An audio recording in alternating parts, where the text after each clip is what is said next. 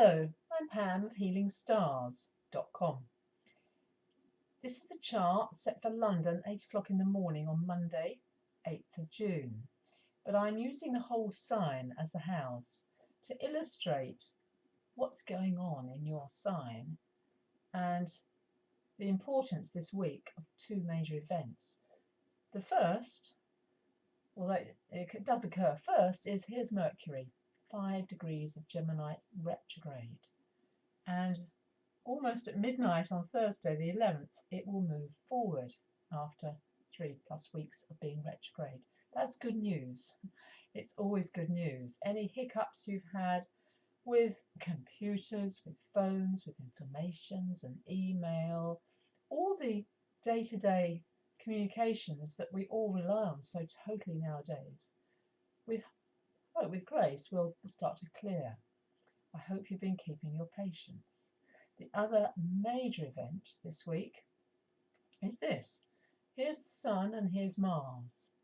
Now at the moment, on Monday, they're very close together. And Mars has been ahead of the Sun at 18 Gemini 55. And here's the Sun, it's catching up.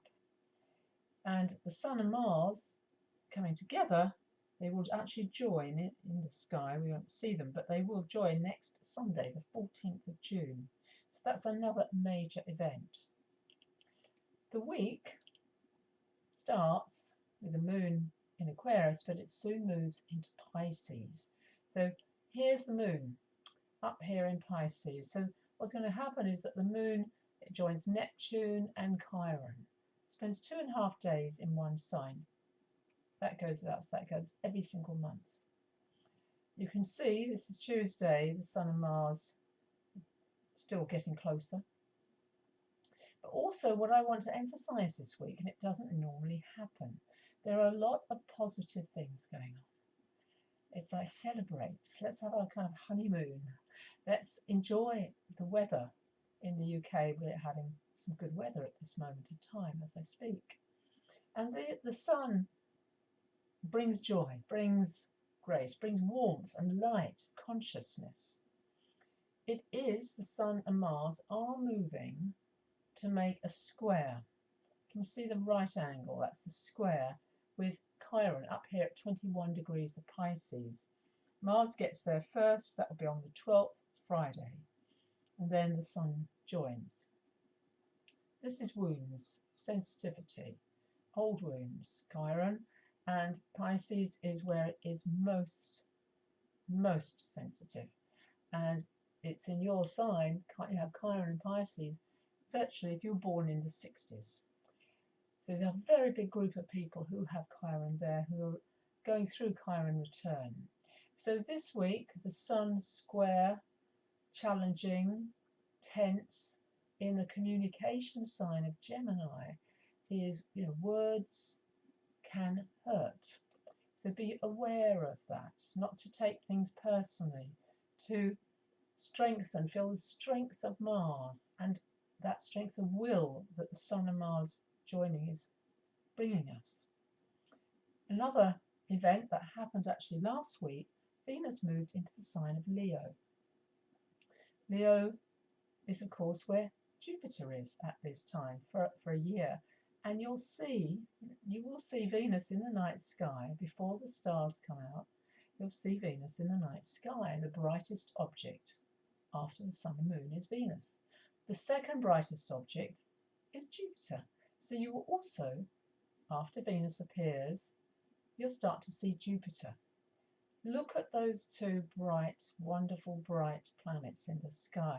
They both bring love, happiness, grace, abundance, and they do join on the 1st of July. So that is a celebration to literally go, wow, wish upon the stars, what I call that. Other aspects that are happening.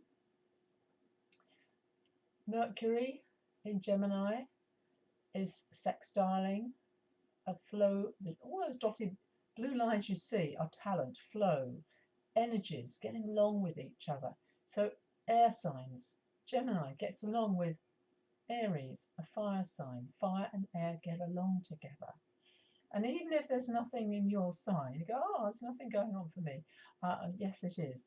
Because also planets oppose a sign, even if there's no planet there. So Virgo, you are having Neptune and Chiron in relationships.